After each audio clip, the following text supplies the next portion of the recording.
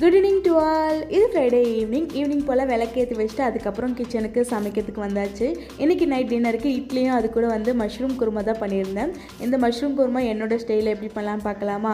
First ஒரு பேனில் கொஞ்சமாக ஆயில் சேர்த்துட்டு சோம்பு, பட்டை, கிராம்பு, ஒரு ஏலக்காய் சேர்த்து நல்லா பொரிஞ்சதும் ஒரு ஆனியன், ஒரு தக்காளி ரெண்டுத்தையுமே கட் பண்ணி சேர்த்துக்கோங்க. இது நல்லா வதங்கினதும் இதில் ஒரு டேபிள் ஸ்பூன் பொட்டுக்கடலை, 3-4 டேபிள் ஸ்பூன் தேங்காய் சேர்த்து நல்லா மிக்ஸ் பண்ணி விட்டு அடுப்பு ஆஃப் பண்ணிவிட்டு இதை நல்லா ஃபைன் பேஸ்ட்டாக அரைச்சி வச்சுக்கோங்க.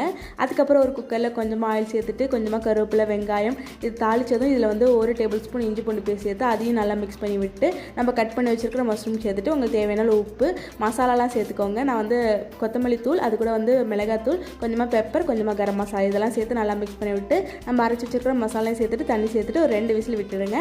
அதுக்கப்புறம் இந்த பக்கம் இட்லி ரெடி பண்ணியாச்சு. மதியத்துலேருந்து மழை பெஞ்சிட்டே இருந்தது. ஸோ ஈவினிங் போல் கரெக்டாக இட்லி ஊற்றிட்டே இருக்கும்போது பவர் கட் ஆகிடுச்சு. ஸோ அதுதாங்க சூப்பராக டின்னர் சாப்பிட்டாச்சு. நெக்ஸ்ட் வீடியோவில் பார்க்கலாம்.